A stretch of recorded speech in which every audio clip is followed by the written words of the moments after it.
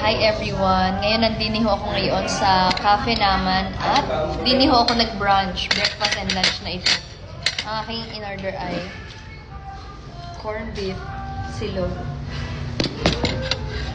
Sa inayho ay sardines pasta. Yan. Pinigaan ko ng lemon. Sabi niya, pinigaan niya daw ng lemon, kaya masarap. Lasak na lasak. Ano yan? Lasa ng sardinas. Ay talaga? Mamaya titikman ko nga yan. Nanunood yung may manghang eh.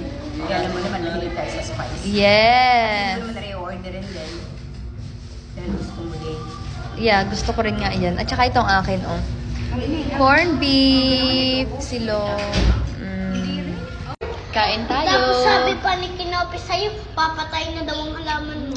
Kaya nga. Ayaw mo nga sabi na, papatay mo na ang halaman mo. Ano nga, ang sarap talaga ng sardines pasta. Ha? Pero gusto ko yung Queen's Choice. Ay, dalawa ko, no? May ang din yun. Kaya may Tikman lalaki. natin yung sardines pasta. Malaking bagay talaga may picture. Sarap! Tikim nga ako ng ano. Busy po.